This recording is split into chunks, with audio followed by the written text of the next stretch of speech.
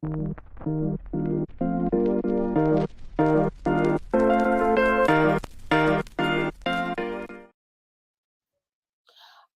welcome everybody to Unscripted Liberty, where we explore the ideas and principles that bring more freedom to our lives and communities. I'm your host, Brittany Kosin, and today we're diving into the Sunshine State to discuss liberty and resilience.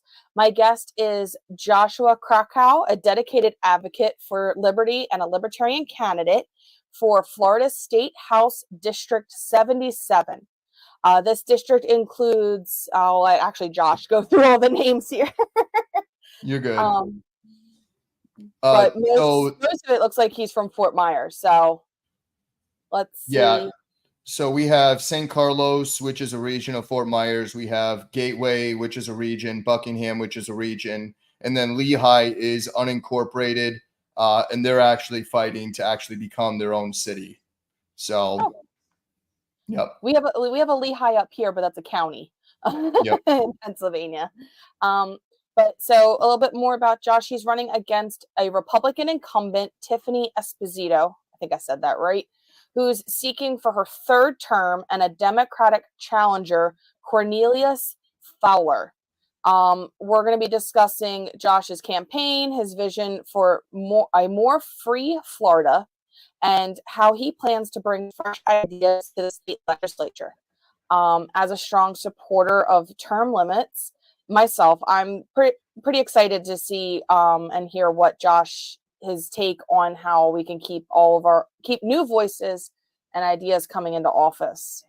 Other than that, we might touch on just a little bit of Hurricane Milton now, but right now, pretty much, we're going to focus on Joshua here. So we'll jump right in. I want to appreciate and thank you for coming on. What motivated you to run for office, and why did you choose to run as a libertarian? Well, back in 2014, I switched to the Libertarian Party from the Republican Party. I used to consider myself more of a constitutionalist Republican. But then I kind of became anti-war, and I was back in 2010. I lost my leg and was planning on being in the Marines, and was very red-pilled and realized that the war in Afghanistan, Iraq, just wasn't what it was all sold to me as a child. And I've watched all the trauma of a lot of friends with PTSD and see that we really didn't solve a lot of things. And then getting into politics, I've always had a sense of duty and working for something bigger than just myself.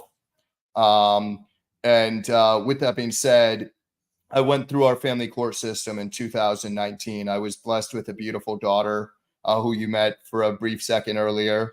And I went through our family court system, and I saw how broken it was. And it was just a nightmare. I mean, it was more traumatic than losing my leg when I was 19 years old. And I realized that it was a major problem that our courts that our state has always had since I was a child, and never hearing any politicians wanting to get into it and fixing it. I reached out to our current state rep, and she had no interest in the issues. So I decided to reach out to our Libertarian Party and start getting involved, and they encouraged me to run this year. I was more or less looking at 2028, but I'm here now, or 2026, I mean, and I'm here now, and I think that it's going to be a very interesting race. Oh yeah, definitely. Oh, it's always fun. I ran for state rep in 22, so I know running for statewide stuff is definitely a little bit more interesting. So I had mentioned your opponent, Tiffany. So she's seeking her third term. How do you think term limits impact the political landscape in Florida? And why do you think it's time for a new voice in District 77 on this? I think with State House, it's probably not the term limits that we have aren't so bad. I did write a bill to make a major change for our state legislature, which I think is really how we need to actually start implementing things. is our state legislature basically goes into session from March until May 3rd, I think, this coming year. And then we delegate everything to the unelected bureaucrats. So the next time we actually have these conversations with them, we will have one more conversation, and hopefully you'll do it better next time. And we don't actually, even if we have the best legislatures, it's hard to actually get your policies implemented with your intent when you're not even there. Your finger's not on the pulse. So I want to break it down into quarters, so that way we can actually work and make sure that our intent is implemented. Yeah, having those check-in points and stuff like that. Yeah, makes complete sense. So District 77 seems to cover a pretty diverse group of communities. What unique challenges do you see these areas facing, and kind of how would you address them? Oh man, the number one issue that we have is just we're in Florida, so we have so many people coming here. I mean, I'm a local. I've lived in Lee County my entire life. Our population went from 330,000 people to 800,000 people right now.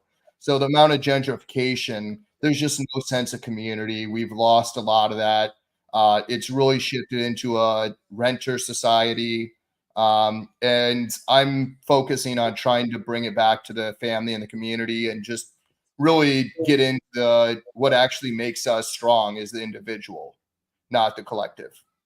Yeah, so more of those that are there year round versus the snowbirds, as you would say. Yeah, a little bit. Yeah, well, we had a lot of snowbirds, but after 2020 and a lot of the COVID lockdowns, we saw a lot more people become more permanent residents.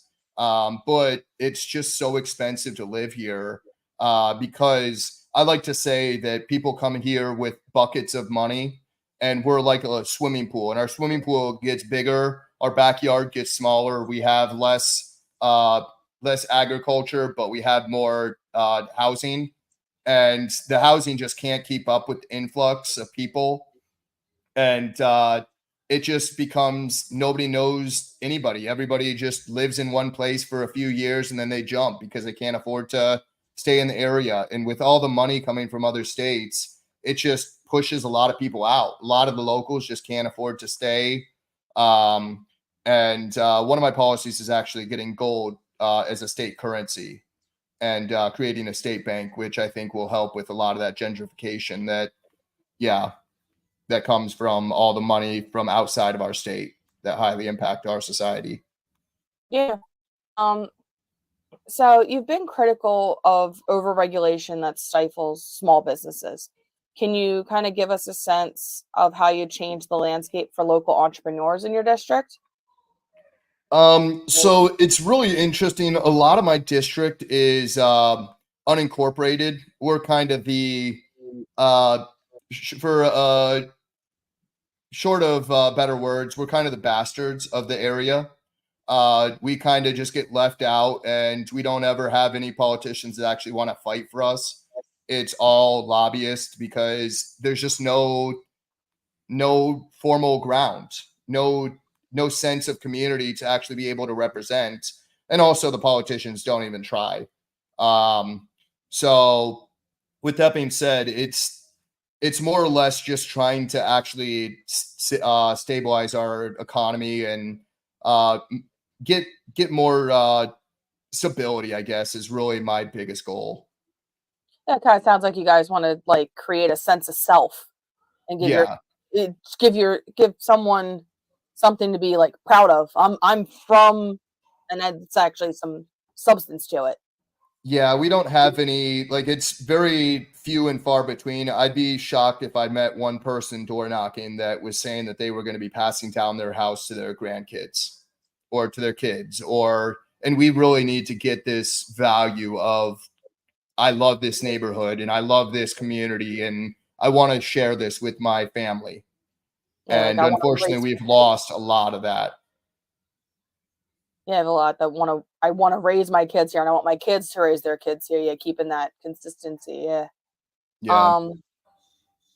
So when it comes to protecting individual rights, property rights, Second Amendment, privacy, etc., how does your approach differ from that of your Republican and Democratic opponents? So I don't really hear any policies before elections from either candidate, the Democrat or the Republican. The Republican, I can actually look at her legislation, and she's fought for state workers for sweat breaks and more drinking hours and stuff like that, and higher pay for state workers. She also floated a bill about making electric vehicles more expensive to register to offset the fuel tax because they're not using fuel, which doesn't represent my community by any means. And nobody, just like I said, my community just wants somebody to listen and actually represent them. And I think that is really what I've been doing is I'm getting out there and door knocking. I'm not just door knocking houses. I'm literally going through shopping plazas. And hey, a lot of people are bored at work, especially with these small mom and pop shops. And I mean, now we're having all this stuff from the hurricane, and people are just, they're stuck at work and they're wanting to be at home or whatever. So, but yeah, so it's been interesting. Yeah. So I did reach out to my viewers, listeners, depends on where they're at. Just saying I was bringing in someone from Florida, and I had someone ask me, what is your stance on school choice and how do you plan to advocate for parents and students in your district? So my opinion on school choice, my region, we called it magnet schools. We've called it school choice. It's something that I grew up with. I honestly don't think it's been a success here. As much as I would love to say, yes, it's going to help with gentrification and all this stuff. But right now, our county, I forget how many students we have, but our budget is $2.4 billion. Our county is the 33rd largest school district in the country. So it's just become a conglomerate, and people just feel so disenfranchised. And because it's so big, the busing situation with traffic and all that stuff, it just becomes even more of a mess. My answer when it comes to public education is I actually have a bill that I'm working with the Citizens Alliance. They're an organization that works with micro schools and pod classes, and they're local to me. And I'm my policy is I want to work with them on figuring out how to deregulate as much as possible for the homeschools and the public classes and the micro classes or micro schools. And then we have what's called a Step Up program, where I think it's like $7,200 a year for your student, where if you take your kid out of the public schools, you get $7,200 of that funds to spend on your child's individual education, whether it's homeschool or private school or other education programs. So I think that is more optimistic, is getting the money out of the state's hands rather than having it still just play choose a cup per se when it comes to school choice. Get the money out of government, out of the bureaucrats' hands is really the best option from what I've seen. Yeah. Now, it's funny because it's completely different up here, but again, we're a little bit probably not as big of school districts, but we are very polarized because like we're about an hour north of Philadelphia. I don't know if you've ever heard of like how Philadelphia public schools are. Yeah. Then you come out and I'm in Central Bucks, which is one of the top ones in the state. So, and that's only 45 minutes. And then we have some private schools around us too, some Catholic schools. And you just have it that the difference with it where students who are academically gifted would love to come up to a school district like mine so that they could get the best out of what they want. At the same time, it just takes away from the one that's in Philadelphia and doesn't encourage improvement. Yeah. So it's like it's a double-edged sword. I seem to see, and I go and I've posed it. I don't pose it so much as school choice, more as parental choice, making it that like a student choice, more of just kind of putting it more in, again, word games. Yeah. I just think that the public education system, no matter how you want to frame the program, it's going to be a failure, because unless if you get the foot of government off the scale and make it an equal playing field, people would obviously choose private school 100% of the time over public if they could afford it. But no matter what, they can afford free school. So it doesn't really give the best outcome, because the best outcome is through capitalism. Let the free market decide, and public education is not the free market. It's very highly regulated and restrictive. Yeah, and then I think also bringing in when you bring in stuff like the standard testing and state testing and all of that to determine funding, like, okay, great, cool. Now you're just teaching to the test instead of teaching to the student and their overall growth, like losing home ec and personal finance stuff and basic adulting 101 is gone. Wouldn't it be great if the test was balance a checkbook? I mean, not that we use checkbooks anymore, but hey, figure out what it is checking out at the cash register after taxes. Balance the household budget. Use coupons. Yeah.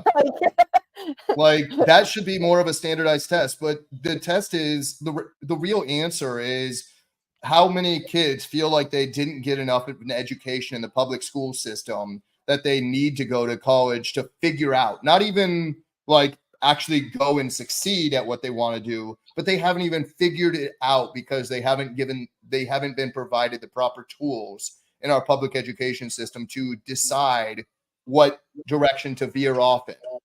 Now, student loans, how to apply for student loans. Should you apply for student loans? My son we lucked out, like we were saying, with you don't have families wanting, like children aren't wanting to live in the same area as their parents and grandparents and stuff. I actually live across the street from my parents. So my kids are going to the same school district and schools that I went to growing up.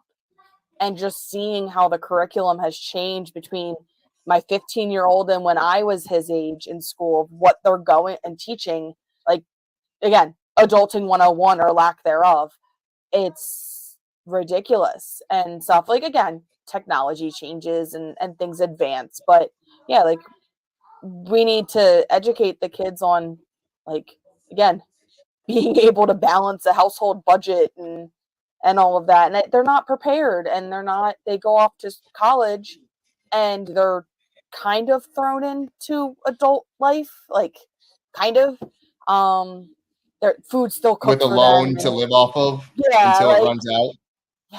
Yeah. Till you have to schedule your own classes or apply for your own student loan or figure out all of your finances for that, of how you're getting to class, but like different things that these kids weren't introduced to.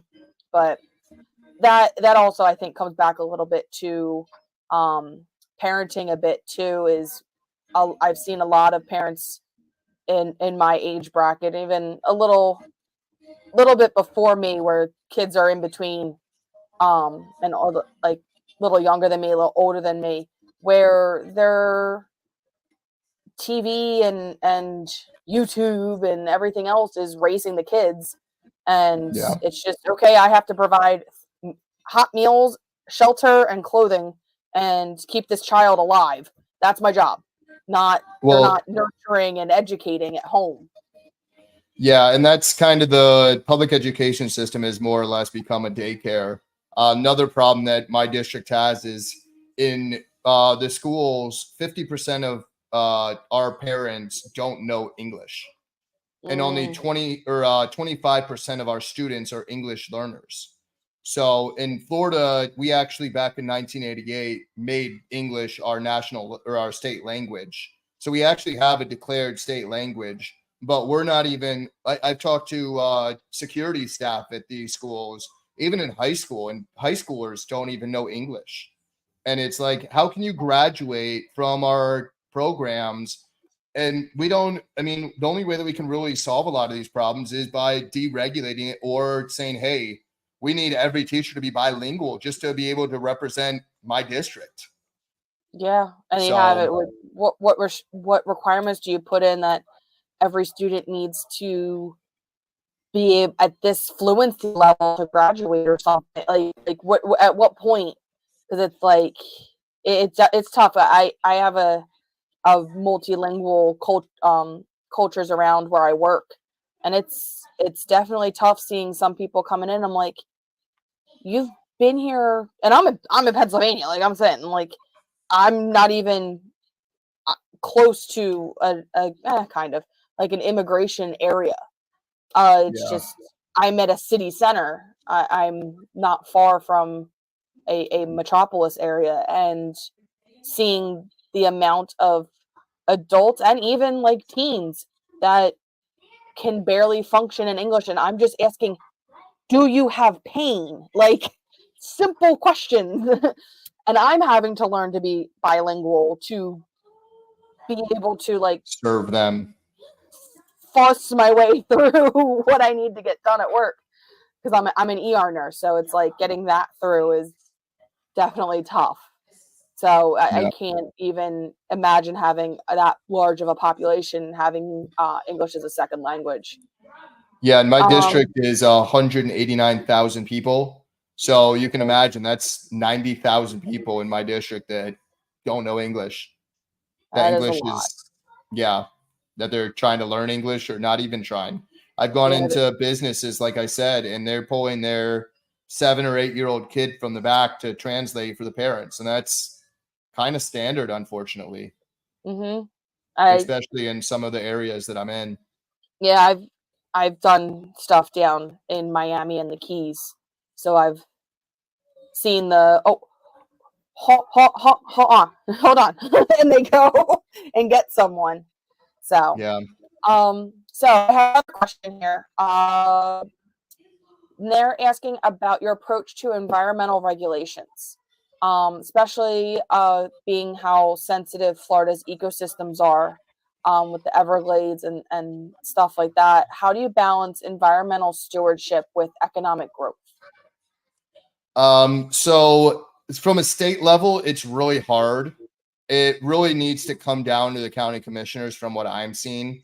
And there is a law that basically dictates that individuals have the right to sue their county commissioners for undue harm for overdevelopment and not being able to sustain the infrastructure, which another major problem we've had is just flooding. I mean, we continuously build and build and build, and they're setting the higher standards for these new construction homes. And the people that have been here for years and years that have those potential houses that they want to pass on are unfortunately getting flooded out of their own homes. So it really, our county commissioners down here have literally sold us up a river. And yeah, so I think that the biggest problem is the county commissioners. I do think when we had Charlie Crist as our governor, he proposed a bill, or he was starting to buy up the sugarcane industry from to restore the flow of the Everglades. And then we got Rick Scott, who's now our senator, and yeah, he ended up deciding, hey, let's create our own maze, and we can do nature's better than nature. So yeah, I definitely was for the restoration. Again, I think that a lot of this is just our government literally selling great bids to corporations And we wouldn't have the pollution if the corporations weren't giving such sweetheart deals, if they were held to the same standard as a small business or as an individual, or if we had the Army Corps of Engineers actually being held accountable as well. I mean, our state legislature is always trying to spend money to compete with the Army Corps of Engineers because they're always storing so much water in Lake Okeechobee. And then, unfortunately, my district, we have the Clusatchee River, which comes directly from Lake Okeechobee, which gets all the runoff from the sugarcane industry. It gets all the runoff from Mosaic Fertilizer. It gets the runoff from Orlando and all the golf courses and all the theme parks. And then they have it all settle. And every time that water gets stirred up or they're draining it, you'd have that those phosphates that build up and create red tide and blue-green algae. So it's a mess. I think that really the answer is just trying to restrict the amount of building and sensible building, reducing as much as people don't want to hear, reducing population density. We need to stop overbuilding and shrinking our lots, because just shrinking our lots is making it worse. We need to actually have land and nature to off-put all this water shedding, and our roads can't even handle it. Half our roads are falling apart because we just keep on building so much. The dump trucks, and so it really comes down to sensible building, and I don't think that it's something that the state legislature can actually solve, as much as it really is important for people to start being active in their county commissioner races and holding their county commissioners accountable. Yeah, definitely. So keeping with that, you mentioned with flooding and stuff. How did you guys make out with the last 2 hurricanes that have come through? So we didn't have, we had Milton, and I helped fill bags and help people at the fire department. And we definitely prepared very well this time after Ian 2 years ago, which was pretty devastating for my area.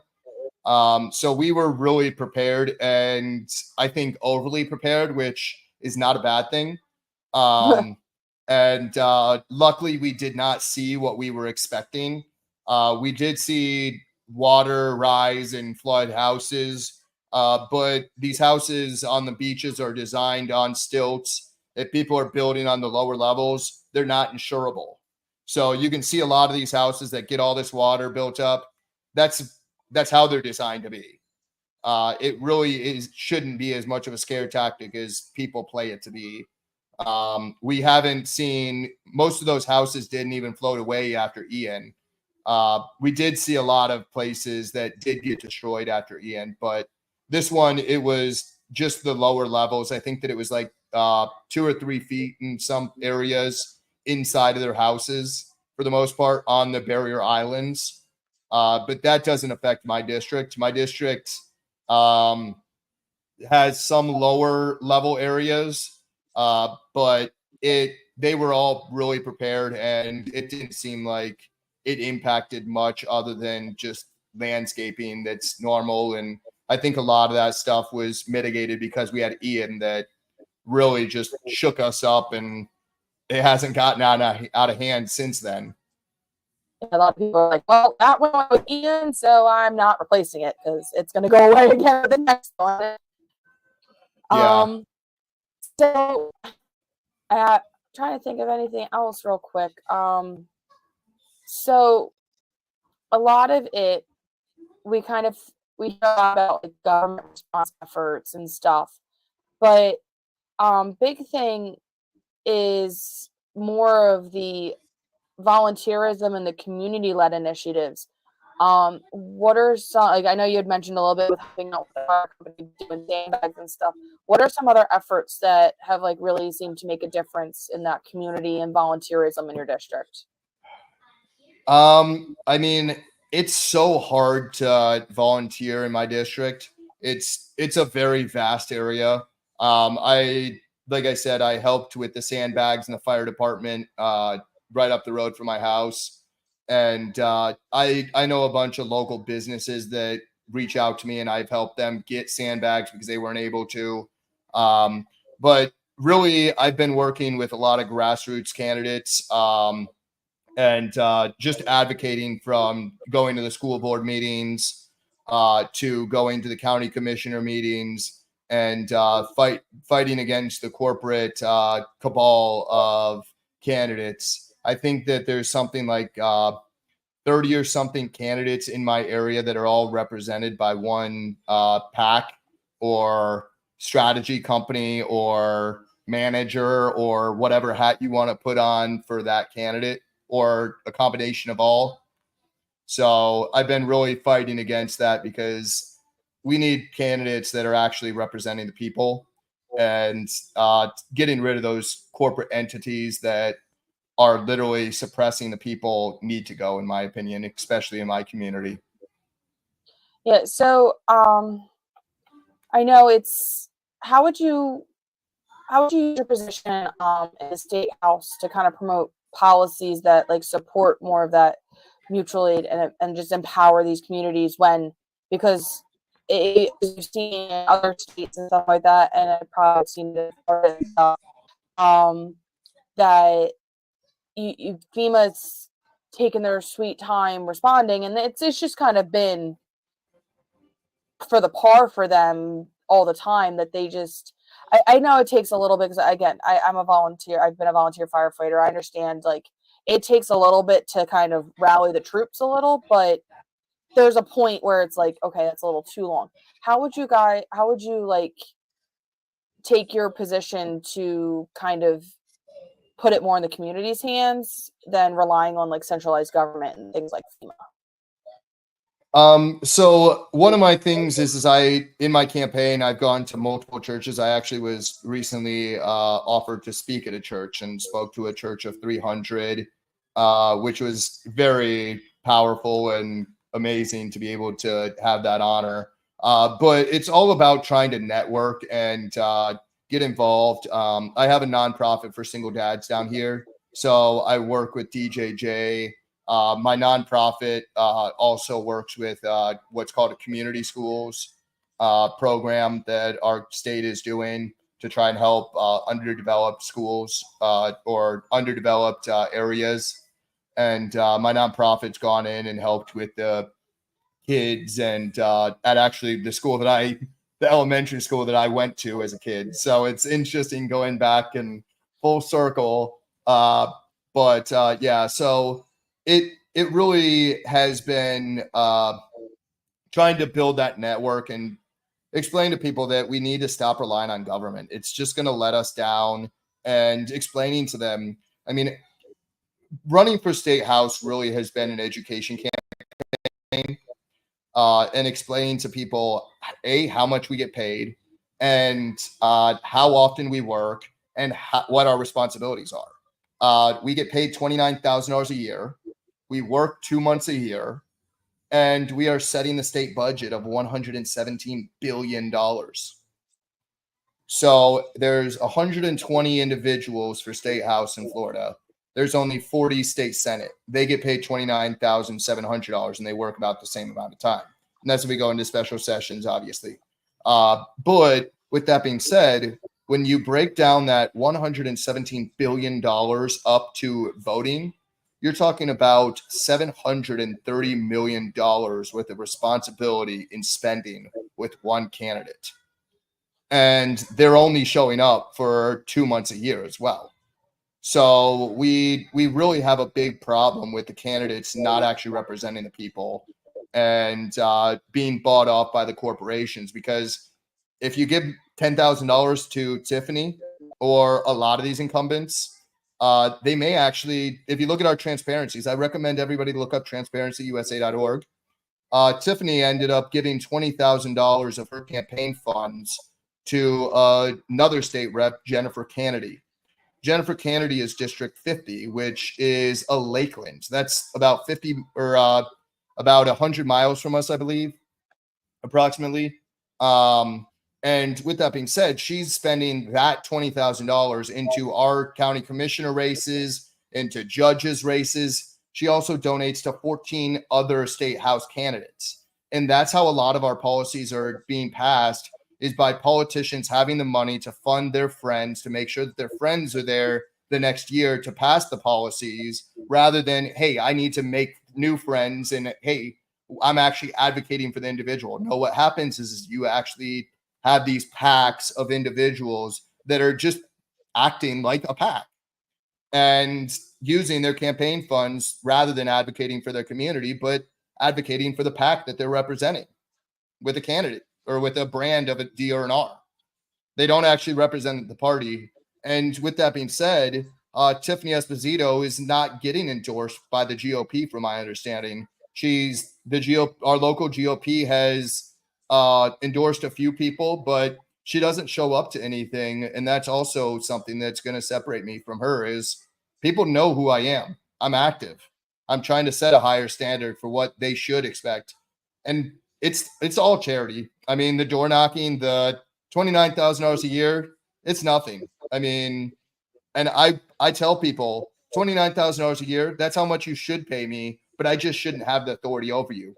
I don't know what a good price for a road is, or hey, what's the good depth for a new well, or let's do some solar roads. I don't know all these things, but certain aspects like the family court system, I'm very intimate with, and I understand these, but my vote is still equal.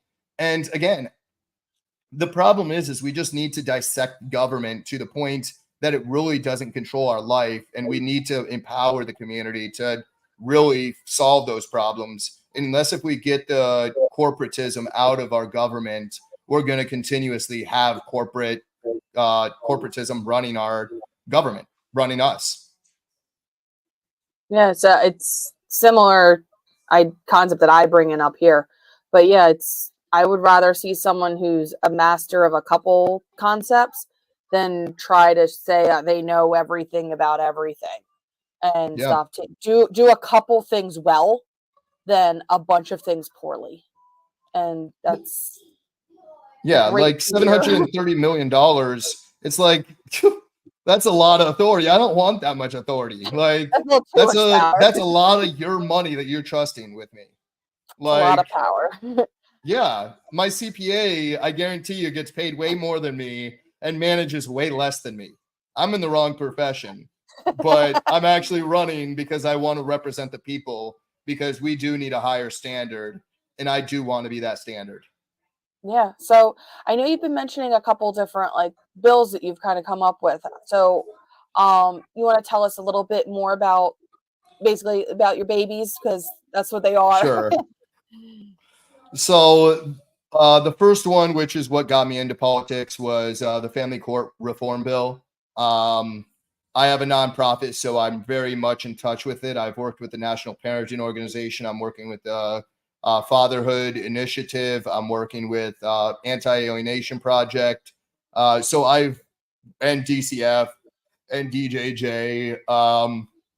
So with that being said, it's really intimate to me, and I'm going to be flooring a bill giving parents equal rights the moment that DNA is determined, removing the authority from the judges and psychologists, and making it a default 50-50. The judges have been operating their courts like it's a hybrid system, when in fact it's not. It's a civil court, and the criminal accusation should be in criminal court, which the proper authority should be DCF and DJJ, because that's a criminal entity that involves the children, not the family court. The family court should be unifying families, not dividing it. And by doing so, currently in Florida, 40% of our court filings are family law related. So I hope to reduce that at least by half, but I think we can expect probably 90% reduction, just because of how much bloat there is in, we need to see all this, and we need to build up an arsenal of weaponizing the child, which again is worse for the child. And also, let's drain the accounts of both parties, which again is not in the best interest of the child. We need to mainstream it and give parents equal rights the moment that DNA is determined, and get government out. And then we do need to hold DCF accountable, which is another bill that I have, is changing our legislative sessions from 2 months a year to a quarterly breakdown, So that way, maybe I could hear a bill and go back to my community and talk to the people that I'm supposed to be representing and saying, hey, this is what I'm presented with in Tallahassee. I want to know what you guys think, because I'm not representing me. I'm representing them. As I'm door knocking, I'm telling them all my policies. So that way I can make sure that my policies are catered toward their interest. And if we're not there to make sure that our intent in our policies are met, I mean, we're just throwing it to the wind. It's money in the wind to unelected bureaucrats, and same old, same old. Then we need change. I wish there was more candidates like you. So I also have another bill for gold-backed currency. I want to create a state bank where we can actually. Right now, we have $6 billion in our state savings, and I want to take 10% of it. Would be my ask, and convert it into gold, so that way the state has a alternative to the U.S. dollar as far as its ability to spend and hedge its savings, because we're talking about savings. So if we could take 10% of our savings and put it in gold and hedge it against the inflationary aspects of the federal government, it will allow the state to provide more services. But that it only is a prerequisite, so that way we can actually create a state bank. I want to create a state bank so that way you can actually have your savings being held in gold at the state bank, and the bank is actually protecting an asset rather than just computers and paper. And I've talked with a company called Goldback, and I like their kind of design. There are a few things that I'm trying to work out. I like the idea of possibly going to milligrams rather than the fraction system. Just that way we can deal more into the international market with tourism and stuff like that. They can take our currency and be able to go to their country and say, hey, we don't need to convert it back. We'll just hold on to this asset, rather than, hey, we don't want to hold on to US dollars because it's a liability. Look at their inflationary rate. But I think that if we did something like that, it will help with gentrification. People coming from other states, if you converted your gold, or if you converted your savings last year to gold, in the idea that I'm projecting, it would be worth 33% more this year than last year. That's how much gold has gone up over the past year, or the value of a dollar has depreciated. And so I think that if we did something like that, it could actually make the state very, very, very valuable. As far as, I mean, other people outside of the state would probably want to invest in our state. They probably want to move here because, yes, I would like to be able to debit in that gold and be able to go down to decimal points of what you have holding gold. But you wouldn't be able to get a gold ATM. Goldback actually has been able to make goldback ATMs, or be able to have a bank that you can have physical gold that you can transact in. And it's not just held by the state. It's actually transactable currency. Down in Florida, I mean, some people here still don't have electricity. A lot of them don't have internet still. And what good is a debit card if you don't have internet? Yeah. Or you don't have power. I mean, it's not. So we definitely need to keep a cash option that people can transact in. And I think that it's important. And I think that that'll help with the gentrification of people coming here and bringing their money. And I like to bring up the analogy of a swimming pool. And our backyard just keeps on getting smaller and smaller. Our natural resources just keep on getting diminished. And we keep on building a bigger and bigger infrastructure of houses. And with that being said, all these people coming from New York and California and Chicago and all the major cities, it's cheap to them. I mean, you buy a $600,000 house, that's cheap. I mean, you can get a condo for that in New York, or like a 2-bedroom condo. Like, you're getting a whole house. So they come in. Steal in New York, man. 2-bedroom condo for $600K. Yeah, exactly. You can get a 4-bedroom house down here for $600K. So people come in with buckets of cash and it just floods or overtops our pool. So we are losing a lot of our locals just can't keep up with all this money that's coming in. And if we had gold and we had their savings in gold and they were out of the fiat currency model, they would be able to say, hey, you know what? I'm saving for a new car. Oh, crap, inflation. Oh, wait, good inflation. My gold's worth more. I actually can buy a car now. I could buy the car I want. Yeah, or I didn't do anything. yeah. So I think that's a really good one. It'll help with localization. Walmart, Publix, Target, all these corporate entities won't involve. But the small mom and pops, I mean, we have a lot of agriculture here, whether it's plant nurseries or whatever. If you have a plant nursery and I say, hey, you know what? It's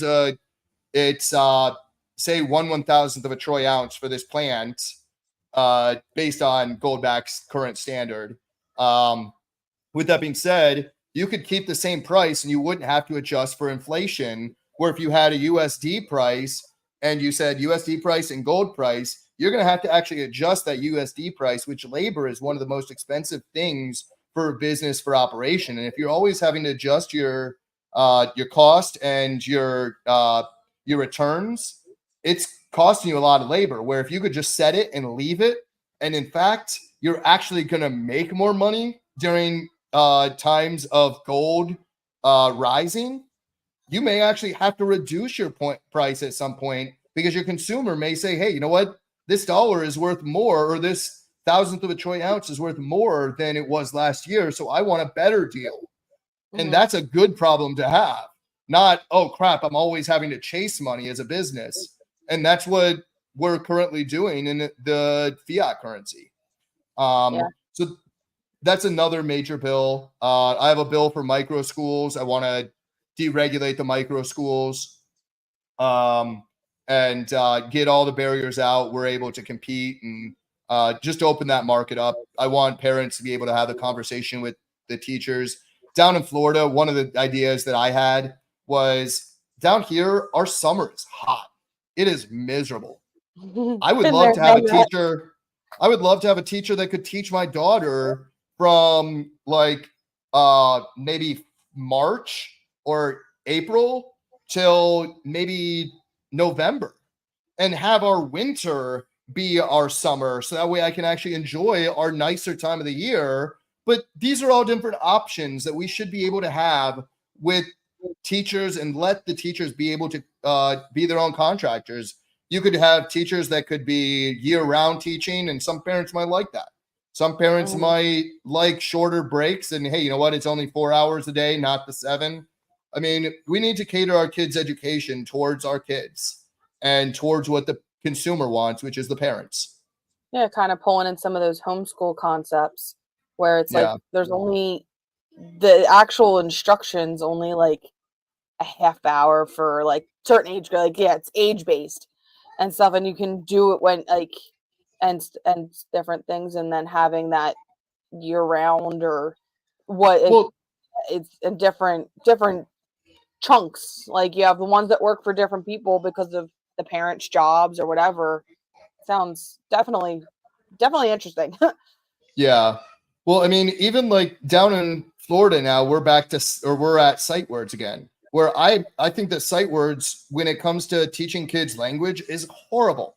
I mean, unless if you have a photographic memory, you're not going to memorize sight words. It's way better for phonics. So I'm actually going and getting hooked on phonics to teach my daughter another curriculum that the school is currently not providing, and the school district doesn't care because it's what's in the budget, really. And what's on the test.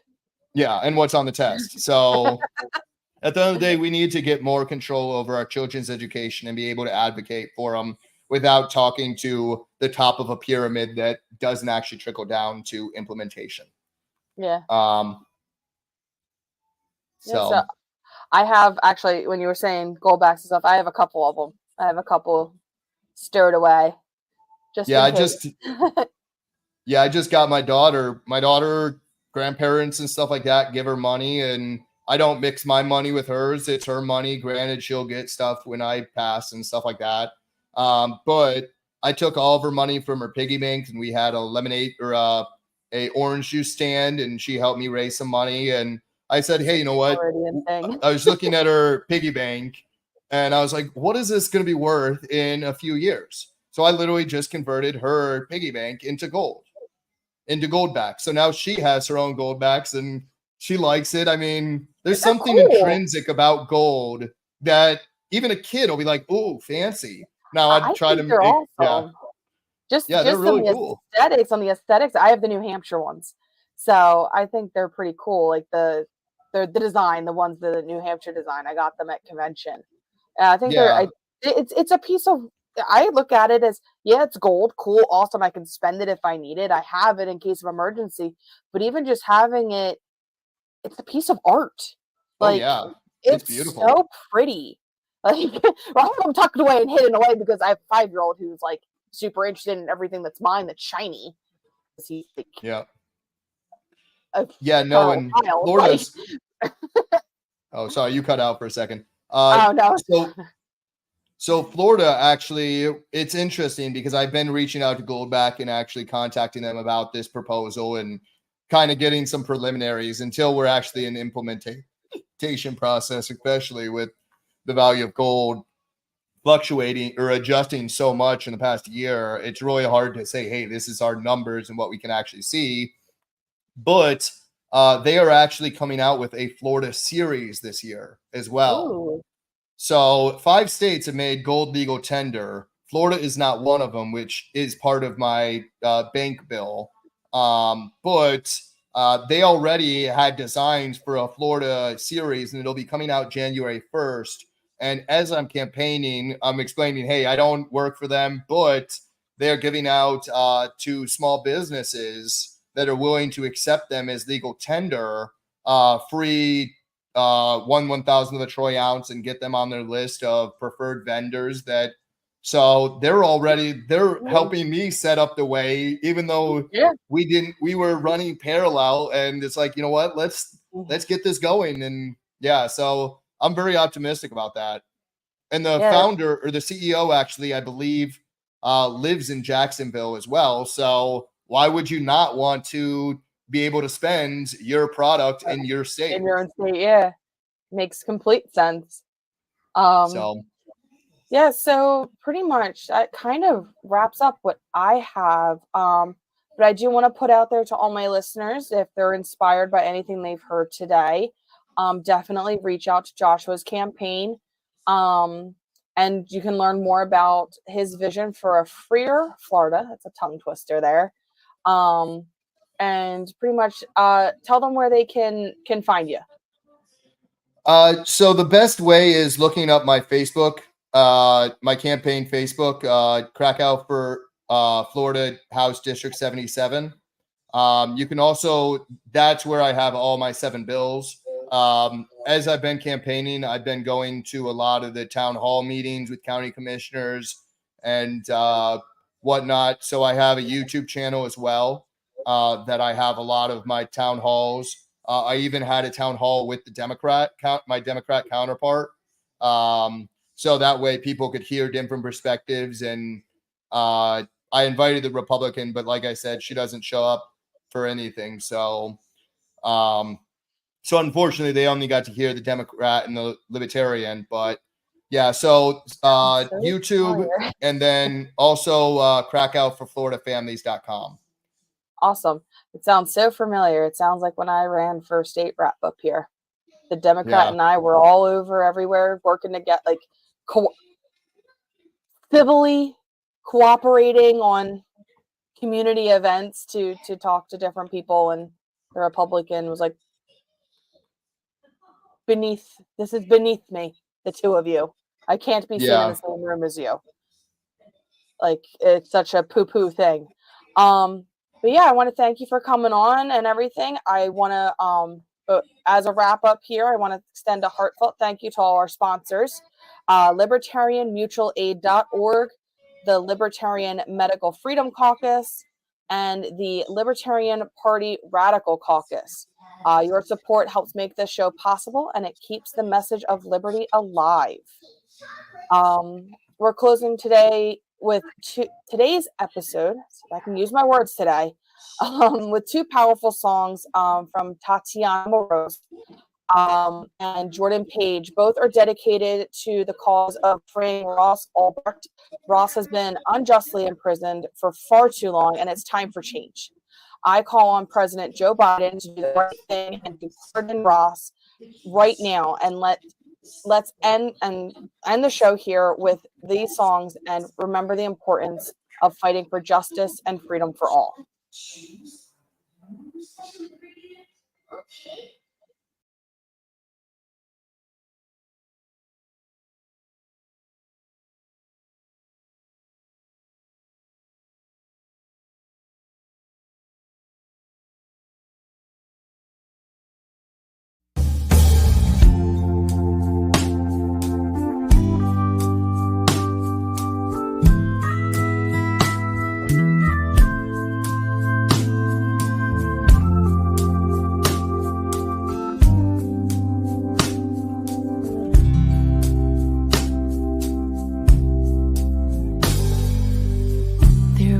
A man who did the unspoken. He looked for freedom from the violence. No one is perfect when there's new ground broken. A mess is made and someone gets blamed. He had a dream of harmony as you wish to live out your own. We cannot stand for this, cannot have you fall along the Silk Road. This ain't the movies, there's a war in the streets. The innocent are in jail. We pray for justice and we wanna be free. Hope the truth will prevail. He had a dream of harmony as you wish to live out your own. We cannot stand for this, cannot have you fall along the Silk Road.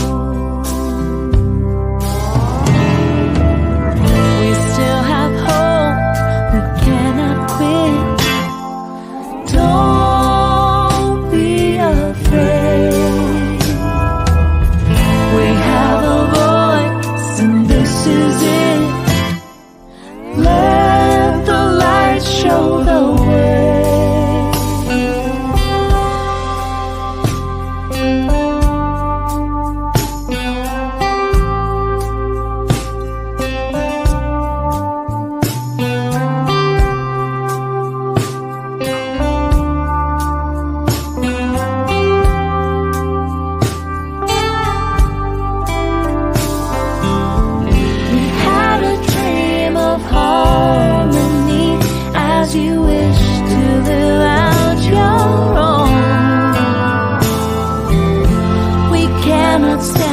This cannot have you fall along the Silk Road. We cannot stand for this, cannot have you fall along the Silk Road.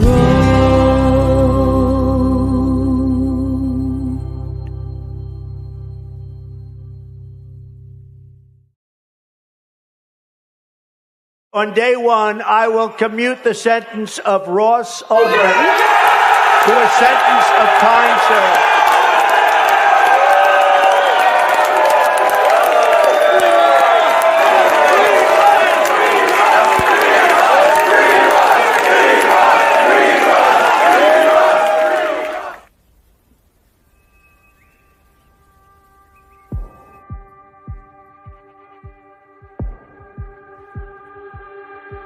Is there anywhere on earth where a man can still be free? Will he